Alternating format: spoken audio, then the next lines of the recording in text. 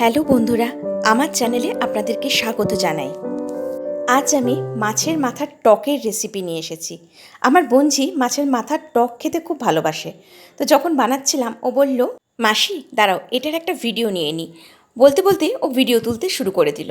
তাই আমিও এই রেসিপিটা আপনাদের কাছে শেয়ার করে দিলাম। প্রথমে গোটা মাছের মাথাটাকে নুন আর হলুদ দিয়ে ভালো করে মাখিয়ে নিলাম।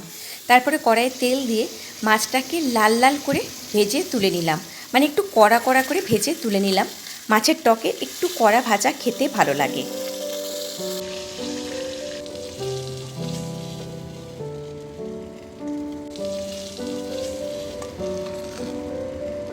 এবারে একটু পাকা তেঁতুল নিলাম এবং সেই তেঁতুলটাকে ভালো করে ধুয়ে একটা বাটিতে রেখে হালকা গরম জল তার মধ্যে ঢেলে দিলাম, দিয়ে ভালো করে সেটাকে চটকে চটকে একটা কাত তৈরি করে নিলাম।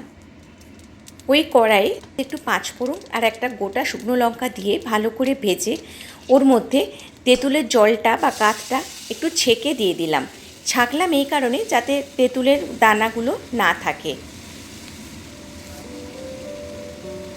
অল্প হলুদ আর স্বাদ মতো একটু নুন দিলাম। ভালো করে নাড়াচাড়া করে নিলাম।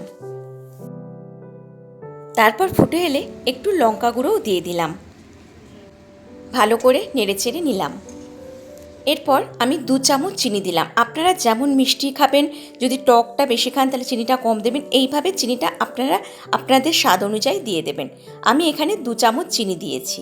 তারপর যখন টকটা ফুটে আসবে তখন মাছের মাথাটা ওর মধ্যে দিয়ে দিলাম।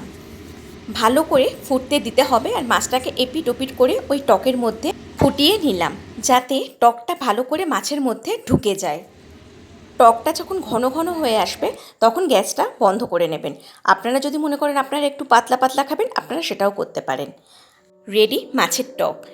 মাছের মাথার টক যদি কোনো দিন খেয়ে না থাকেন, একবার বানিয়ে খাবেন, দেখবেন বারবার খেতে ইচ্ছে করবে। আজ এটুকুই। যদি আমার ভিডিওটা ভালো লেগে থাকে তো প্লিজ লাইক, শেয়ার আর সাবস্ক্রাইব করতে ভুলবেন না যেন। আপনারা সবাই খুব ভালো থাকুন।